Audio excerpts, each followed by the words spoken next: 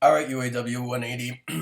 So this is video number 4. As you can see, we're going to talk about facilities and subsidiaries. Excuse me. Honestly, this section is pretty cut and dry. It's just a list, and we'll talk about how to look at that list and whatnot. List of all the facilities and manufacturing facilities and the subsidiaries. So right off the bat, at the top, you can see as of December 31st, 2021, CNH owned 70 manufacturing facilities, okay? And those are listed right here. These are the 70 manufacturing facilities. As you can see, they're scattered around the world: Germany, China, Argentina, Spain, United Kingdom, others, um, Italy, France, Brazil, India, Poland, more others. So So they have a lot of stuff and it's spread around the world. And the reason I'm sharing this and the reason I think it's important is because it helps us piece together CNH's production. It lets us see how our work is intertwined. And this is just CNH and this is just the facilities, right? So when we are looking to negotiate with CNH or get a better contract or anything, part of what we have to find is pressure points within their production.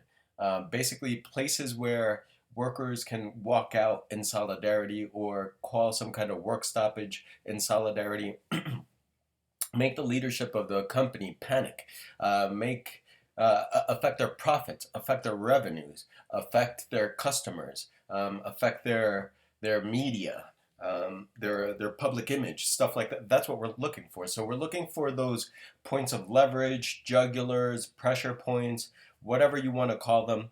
As Big Bill Haywood from the Industrial Workers of the World said, a capitalist has no heart, but you shoot him in the wallet and you drop blood. Yeah, that's exactly what we're trying to do here: is find where their wallet is. Okay, we already talked previously um, about their biggest markets, and I pointed out, I believe it was in the first or second video, that the U.S. is by far their biggest market, followed by Italy and France. Why aren't we reaching out to some French workers and Italian workers, see if we can coordinate work stoppages in solidarity? You'll see in another video that there's an Italian union of about 17,000 workers whose contract expires December 31st of this year. And I don't know exactly what that means. I don't know if that, I know that labor laws are different in Italy, but I don't know if they'd be like down to do anything in solidarity with workers in Racine. For those of you who caught my words on Solidarity Day, I was being real with you. I think that we have to look around the world and see how our work is intertwined and feel like the French workers, the Italian workers, the Brazilian workers, make ourselves feel like they're our next door neighbors because they're part of this production, and this is just part of the production within CNH. I think it's also important and a worthwhile exercise, and frankly, a fun exercise, to say look at say a tractor at CNH and play this mental exercise. Like, what labor is contained in that tractor? All right, the rubber for the tires, the steel for the parts, the plastics, the electronics, the paints. Because if it's a situation where, just off the top of my head, the way to really get at CNH is to get some rubber workers in Thailand to go on strike in solidarity with Local 180, or steel workers in China to go on strike with it. Like, if it makes sense and if it would affect the production and profits of CNH, then in my opinion, it's a tactic worth considering and worth discussing.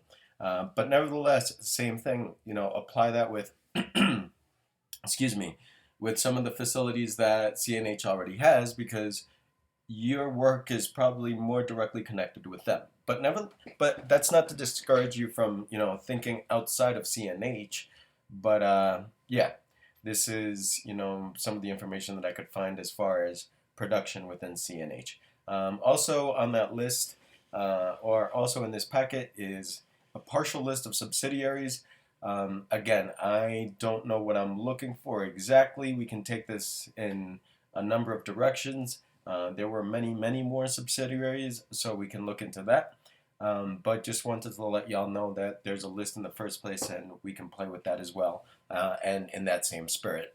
is finding, a point of production that would affect profits and revenues if some kind of worker direct action were to take place. So let me know what you think. If you want me to dig deeper into any particular facility or country or union, because I don't know if I mentioned already in this video, but U.S. as far as unionization at CNH is number 11 in comparison to other workers in other countries. So yeah, there's workers in other countries who are far more unionized percentage-wise for the workforce than the U.S. So we're number 11. There's countries with a lot more unions under CNH, and also I'll point out, and as part of the upcoming research, that not only are we number 11 as far as unionization rates at CNH, but we're also number 1 as far as grievances. And again, we'll get back to that in another video. But if I remember the number correctly, I think the U.S. had filed 149 grievances, and the rest of the world had filed like 2. So, just kind of putting that stuff out there to connect the dots and get the juices flowing. Again, take a look at this list. If anything pops out at you, if you want me to dig deeper into anything, just let me know.